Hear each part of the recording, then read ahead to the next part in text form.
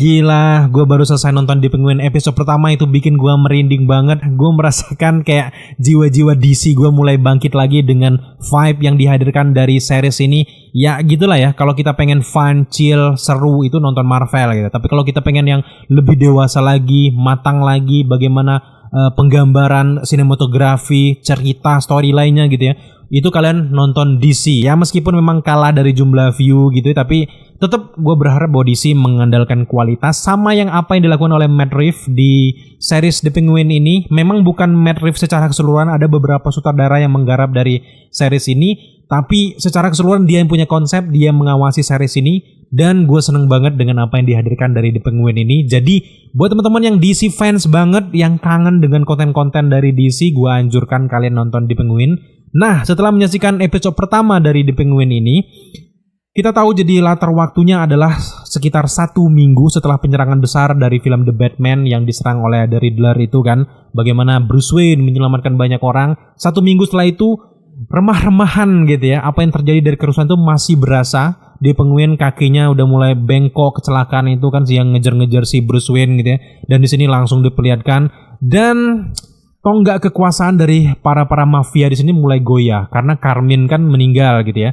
Kemudian di sini anaknya Alberto Falcone yang meneruskan legacy dari sang ayah gitu. Nah, si Penguin ini kan dia berangkat dari orang bawah gitu ya. Dan dia tahu bahwa dia susah banget mengambil strata atas langsung kayak gitu. Dari bawah langsung boom kayak gitu.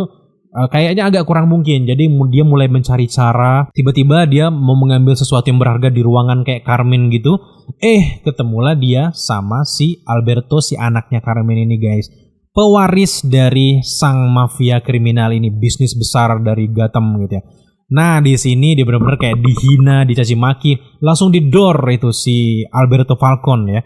Nah di sini gue ngeliat banget bahwa psikologis dari si The Penguin ini bukan karena dia dihina doang, bukan karena dia dihina karena dia jelek doang gitu. Tapi di sini gue lebih merasakan bahwa dia tahu bahwa sebenarnya dia itu loncatan dia untuk jadi ketua mafia langsung tuh masih jauh. Masih ada the table lah kalau di John Wick gitu. Jadi masih panjang banget. Jadi dia harus membuat rencana yang lebih terstruktur. Dan langkah pertama karena udah telanjur banget, dia ngebunuh si Alberto Falcone ini. Setelah dibunuhnya Alberto Falcone, tiba-tiba si Ozzy, kita sebut di Penguin ini kan namanya Ozzy ya. Ozzy ini bertemu dengan pemuda yatim piatu. Namanya adalah Victor. Nah Victor ini gue gak tahu siapa dia gitu. Tapi sosok yatim piatu di Gotham itu udah biasa banget. Bruce Wayne, banyak lagi ya kayak Jason Todd kayaknya yatim piatu ya. Jason Todd juga yatim piatu gitu. Nah, jangan-jangan Victor ini kayaknya bakal digambleng menjadi karakter yang lebih penting lagi di film The Batman nantinya. Karena panjang banget ya nafasnya di episode pertama ini, dia nggak meninggal. Tadinya pengen dibunuh gitu ya. Akhirnya jadi kaki tangan PA gitu. Personal assistant dari The Penguin gitu. Dia melakukan apa saja. Apalagi di akhir dari episode pertama, Victor inilah yang menyelamatkan si The Penguin dari serangan si Sofia. Nah, ngomongin si Sofia Falcone ini tiba-tiba muncul di luar dari rencana dari The Penguin. Adiknya dibunuh, dia nyari adiknya. Dan dia curiga banget sama si The Penguin ataupun Ozzy ini guys. Jadi Sofia ini terus ngejar-ngejar si Ozzy. Dan dia udah curiga sebenarnya, tapi dia belum punya bukti tertentu aja gitu ya. Nah buat teman-teman yang belum kenal dengan Sofia Falcone, kalau di dalam komik ataupun beberapa cerita animasi, dia ini kayak psikopat pembunuh berantai yang masuk ke Arkham, penjara Arkham gitu ya. Karena memang dia membunuh banyak orang. Dia ingin balas dendam karena ayahnya dibunuh oleh si Two-Face. Nah gak tahu kalau di sini kan kita tahu sendiri agak berbeda ya. Tapi memang bagaimana ciri khas dia baru keluar dari si rumah sakit atau penjara dari Arkham itu menunjukkan kalau dia udah melakukan beberapa kekerasan yang psikopat banget gitu. Jadi ini lebih berbahaya daripada Carmine itu sendiri sebenarnya karena dia nggak kenal ampun gitu. Jadi kita bakal lihat gimana aksi dari Sofia selanjutnya karena di episode pertama dia tuh kayak benar-benar diserang bertubi-tubi, apalagi ketika Victor ngelempar si jasad Alberto ke rumahnya si Sofia Falcone. Wow. Itu merinding banget. Wah, dia bilang kayak gitu. Itu bakal jadi pembalasan dan ini bakal jadi lika-liku yang bakal dihadapi si Ozzy. Pinternya si Ozzy ini ternyata dia datang ke penjara, mafia satunya lagi yang lagi di penjara, tapi dia punya anak buah di luar, Sal Maroni ya kalau namanya, kalau nggak salah Sal Maroni. Nah, di sini dia mulai kayak adu-adu, kayak hasut menghasut kayak gitu. Yang kita duga di next episode selanjutnya kita bakal melihat bagaimana komplotan dari Salmoroni ini bakal melawan si Sofia Falcon dan juga keluarga dari Carmine Falcon itu. Jadi kita akan melihat bagaimana tempurnya mereka. Mulai kebaca nih di ending bahwa The Penguin lah yang bakal menjadi penguasa di sana. Apakah The Penguin justru bakal menjadi villain utama juga nanti di The Batman Part 2? Apakah kayak gitu, kita belum tahu yang jelas.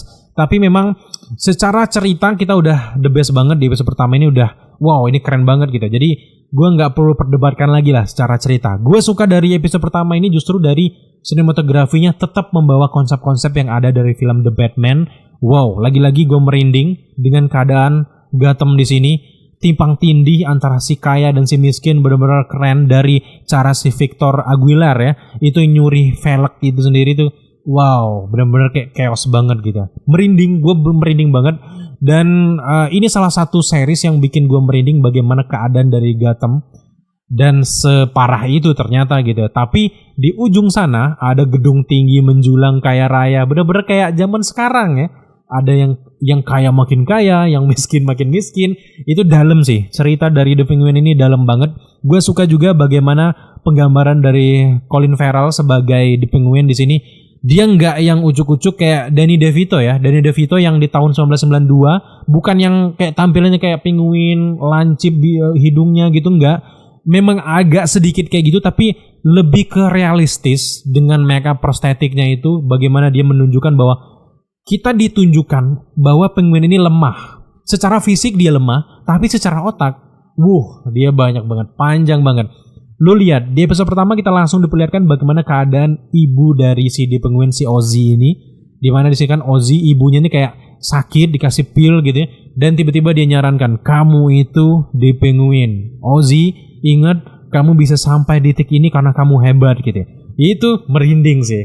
Itu banyak dialami semua orang gitu. Jadi jangan sampai lu semua nggak percaya diri. Pesan-pesannya kayak gitu. Jadi lu tahu siapa lu, kenapa lu bisa sampai detik ini, lu harus ngelawan. Makanya akhirnya tadinya si Ozzy ini pengen kabur, gue nyerah ya. Tapi tiba-tiba dia melawan balik dengan modal cincin si Carmine yang dipegang oleh Alberto itu, dia kasih ke Salmoroni, boom, pecah.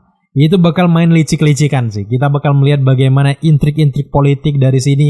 Itu sih bener-bener series yang segmented ya. Buat teman-teman yang suka dengan intrik-intrik, licik, kejahatan, brutal, udah kalian nonton The Penguin. Selain kita suka banget dengan sudut pengambilannya, sinematografinya, gue suka juga beberapa scoring-scoring dari awal. Itu kita langsung diperlihatkan bagaimana scoring-scoring dari Michael Giacchino yang ada di The Batman. Itu udah dibawa lagi di The Penguin, itu keren banget, bikin merinding gitu. Nah di bagian akhir episode gue juga cukup suka dengan soundtrack dari lagu 9 to 5 dari Dolly Parton. Wow, ini pemilihan lagu-lagu itu gue senang banget gitu ya, nyaman banget. Tapi gue sarankan buat teman-teman yang pengen nonton The Penguin, chill, kalian harus nonton sendiri gitu. Kalau bisa pakai headset, pahamin banget cerita-ceritanya.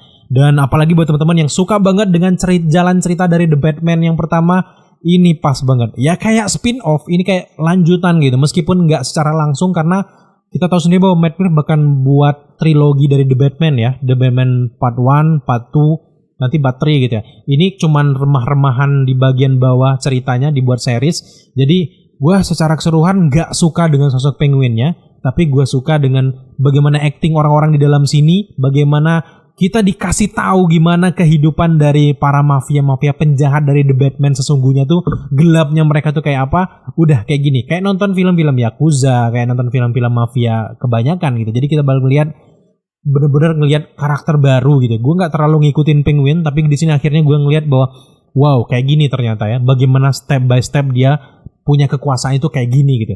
Jadi secara keseluruhan gue suka banget dari storytellingnya. Dari episode pertama aja gue langsung bisa garansi kalian untuk nonton ini puas. Buat teman-teman yang suka dengan film-film yang intrik politik, kriminal, dan juga brutal, kalian harus nonton di series The Penguin ini. Next di episode 2 kayaknya bakal tayang di setiap hari Kamis ya, hari ini kayaknya. Jadi kita akan bahas lagi. Kalau kalian kira-kira kalau kalian nonton ini banyak yang nonton, next kita akan bikin lagi. Tapi kalau videonya dikit banget kita nonton, jadi kayak ya males untuk apa gitu. Jadi kita nunggu aja sampai selesai aja gitu guys. Thank you buat teman-teman udah menyaksikan review dan juga pembahasan singkat kita terkait dengan Deep Penguin episode pertama.